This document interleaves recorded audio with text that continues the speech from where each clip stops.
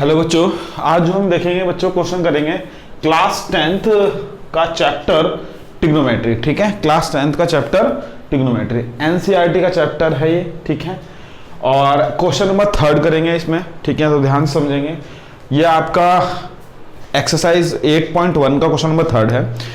ठीक है, अच्छा हिंदी में तो इसमें ज्यादा कुछ बताना नहीं है। तो क्वेश्चन देखेंगे बच्चों, इफ साइन ए 3/4 दे रखा है मुझे, calculate cos A and tan ए। ठीक है, हमें कोस ए और tan ए निकालना है। ठीक, तो सबसे पहले हम क्या करेंगे बच्चों, जब भी हमें ये ऐसे क्वेश्चन हमें मिलता है तो सबसे पहले हम क्या करते हैं बच्चों, एक हम क्या करेंगे, ट्राइंगल बनाएंगे। ठीक है बच्चों, आपको अगर डिटेल में समझना है तो प्लीज इंट्रोडक्शन वाली पार्ट मेरी वीडियो जरूर देखें। आपको ये जो चीज मैं कर रहा हूँ यहाँ पर अच्छी तरीके से आपको समझ में आ जाएगी। ठीक है, चलिए देखते हैं। तो देखो, ये हमारा ट्राइंगल है, ये हमारा ट्राइंगल है ए बी और सी। बी पे हमने लेट से 90 डिग्री मान लिया। बी पे हमने क्या मान लिया बच्चों, लेट से 90 डिग्री मान लिया। जब हमने बी पे 90 डिग्री मान लिया तो अब देखिए, ध्यान समझिएगा, अब हम पाइथागोरस थ्योरम लगाएंगे। तो सबसे पहले हमें एक, मैंने आपको चीज शॉर्टकट बताई थी बेटा, ये चीज बताई थी, ध्यान है आपको, पंडित बद्री प्रसाद हर बोले। ठीक है, तो यहां पर देखो बच्चों, ये हो गया आपका साइन थीटा, ये कॉस थीटा और ये टैन थीटा। ठीक है, और ये कॉट थीटा और ये सेक थीटा और ये कॉसेक थीटा, है ना। ये मैंने आपको बताया था कि इस तरीके से याद करते हैं। ठीक है, अगर हिंदी मीडियम वाले बच्चों के लिए देखें तो लाल बट्टा कक्का, ये लाल लाल काला कुत्ता है। ठीक है, सेम ये सारी वैल्यू एज इट इज हो जाएगी। ये लंब होता है, ये कर्ण होता है, इस तरीके से। ठीक है, तो देखेंगे जरा यहाँ पे, ध्यान समझिएगा बच्चों। ठीक, तो देखो साइन है तो वो पी अपॉन क्या हो जाएगा बेटा, एच हो जाएगा। ठीक है, तो पी अपॉन क्या हो जाएगा, एच हो जाएगा। तो साइन की वैल्यू अगर हमारे पास दे रखी है, सुने तो ये पी है। देखो एंगल अगर हम थीटा यहाँ मानते हैं, ठीक है, तो इसके सामने वाला क्या होता है बेटा, परपेंडिकुलर होता है, ये बेस होता है। ठीक है, और ये हमारा क्या होता है बेटा, हाइपोटेन्यूस होता है। ठीक, अगर हम इंग्लिश में बात करें, और ये हमारी फिक्स, हाइपोटेन्यूस ऑलवेज फिक्स रहता है। इसे हिंदी में कर्ण कहते हैं, इसे आधार कहते हैं और इसे लंब कहते हैं। ठीक है बच्चों, थीटा के सामने वाला ऑलवेज, थीटा के बेटा सामने वाला ऑलवेज क्या होता है, लंब होता है। ठीक है बच्चों, ये कहेंगे कि थीटा है, उसके सामने देखना है तो क्या होगा आपका, परपेंडिकुलर होगा। ठीक, तो अब ये हो गया हमारे यहाँ तक, कोई दिक्कत। अब उसके बाद देखो जरा, हमने वैल्यू रख दी। अब हम क्या करेंगे बच्चों, अब हम कर देंगे अप्लाई पाइथागोरस थ्योरम। अच्छा, परपेंडिकुलर अपन हाइपोटेन्यूस होगा ना, तो यहाँ पे 4 तो रखा नहीं हमने। ठीक है, तो हम अप्लाई करेंगे पाइथागोरस थ्योरम। ठीक है, applying PGT in triangle ABC। तो देखो पाइथागोरस थ्योरम ये कहती है बच्चों कि जो हमारा कर्ण का स्क्वायर होता है, मतलब हाइपोटेन्यूस का जो स्क्वायर है वो बेस के स्क्वायर के बराबर, मतलब ये होता है आपका।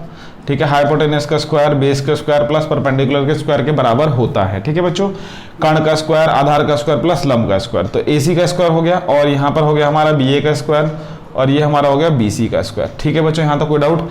अब AC की वैल्यू इसने दे दी कितनी बच्चों, 4 दे दी। कितनी दे दी बच्चों, 4। और BA की वैल्यू कितनी है हमारे पास, BA हमें निकालना है। ठीक है, तो AB या BA कुछ भी लिख सकते हैं आप, प्लस BC की वैल्यू कितनी बच्चों, 3 है। ठीक, तो देखो ये कितना हो जाएगा आपको, ध्यान समझिएगा, ये हो जाएगा आपका 16, और ये हो जाएगा इधर जाके 9 हो जाएगा, ये हो जाएगा AB। तो AB की वैल्यू कितनी हो जाएगी, 16 माइनस ये √7। यहाँ तक कोई डाउट बच्चों, यहाँ तक सभी को समझ में आ गया होगा। इसमें कोई दिक्कत, कोई संख्या है तो बताएं। तो AB की वैल्यू आपकी √7 आ चुकी है, यानी कि ये हमारी यहाँ पे कितनी हो गई बेटा, √7 हो गई। ठीक है बच्चों, यहाँ तक कोई डाउट। चलिए, अब उसने क्या पूछा बच्चों, ध्यान समझिएगा। अब पूछा हमारे पास cos A। तो बच्चों देखो जरा, ध्यान समझो, cos A पूछा है। तो देखो cos A क्या होता है, B/H, B/H। cos A क्या होता है बेटा, B/H। B हमारा कितना बेटा, √7, H कितना है हमारा बेटा, 4। ठीक है, ये cos A होता है, हमारे यहाँ पर होता है cos A B/H, base upon hypotenuse. ठीक है, और अगर हम tan की बात करें, tan A, तो वो होता है परपेंडिकुलर अपॉन में बेस, परपेंडिकुलर अपॉन में बेस, यानी कि हमारे पास क्या हो जाएगा बेटा, BC अपॉन में बेस की वैल्यू क्या है, AB, है ना। और BC जो है वो हमारा क्या है, BC की वैल्यू क्या है बेटा, 3 है, और AB की वैल्यू क्या है बेटा, हमारा √7 आंसर। ठीक है, यहाँ तक सभी को समझ में आ गया बच्चों। चलो इसका स्क्रीनशॉट लो, फिर आगे चलते हैं।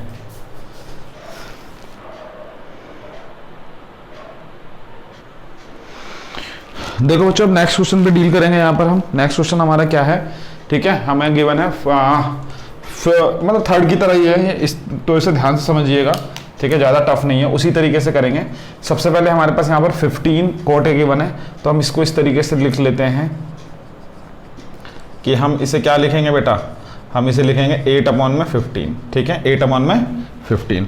उसके बाद बच्चों हम क्या करेंगे, ध्यान समझिएगा, उसके बाद हम यहाँ पर एक ट्राइंगल बनाएंगे, ठीक है, उसके बाद यहाँ पर हम ट्राइंगल बनाएंगे और वो हमारा राइट एंगल ट्राइंगल होगा, ठीक।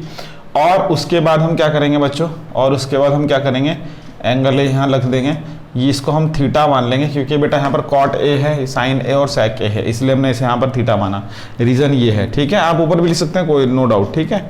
तो ये हमारा क्या हो जाएगा बेटा, हाइपोटेनियस हो जाएगा, ये हमारा क्या हो जाएगा बच्चों, हाइपोटेनियस हो जाएगा। और थीटा के सामने वाला मैंने अभी आपको बताया था परपेंडिकुलर, और ये हमारा बेस, ठीक है। और अगर हम हिंदी में बात करें तो ये इसको बोलते हैं कर्ण, और ये आधार, और ये हमारा लंब, ठीक है। तो बेटा देखो, अब मैंने एक चीज़ आपको सिखाई थी, पंडित बद्री प्रसाद हर हर बोले, ठीक है। ये आपको सोना चांदी तोले ये सब याद करना है आपको, ठीक है, साइन कोस टेन, तो ये याद करना है, मैं लिख ले रहा बार बार, ठीक है। नीचे क्या होता है हमारे पास, कॉट होता है, क्या होता है बेटा, कॉट थीटा होता है, ये होता है साइन, ये होता है कॉस, ये होता है टेन, ठीक है ना, और ये होता है सेक, और ये होता है कोसेक, ठीक है, शॉर्टकट में लिख रहा हूँ।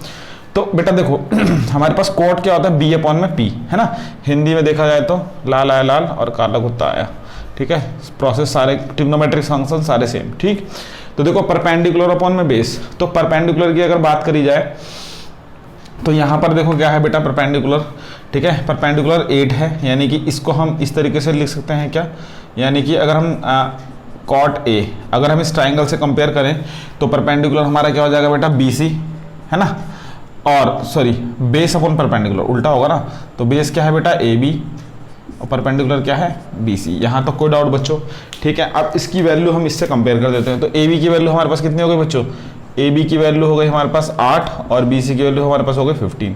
ये रेशो है, इसलिए कोई इसकी यूनिट नहीं है, ठीक है। तो ध्यान से देखेंगे, ये रेशो बेटा, इसलिए इसकी कोई यूनिट नहीं है। तो AB की वैल्यू हमारे पास कितनी हो गई बच्चों, ठीक है, तो मैं यहाँ पे इसे लिख देता हूँ, ये 8 हो गई, और BC जो हो गई वो हमारी 15 हो गई, ठीक है। अब हम क्या करेंगे बच्चों, इसमें लगाएंगे पाइथागोरस थ्योरम, ठीक है, अप्लाइंग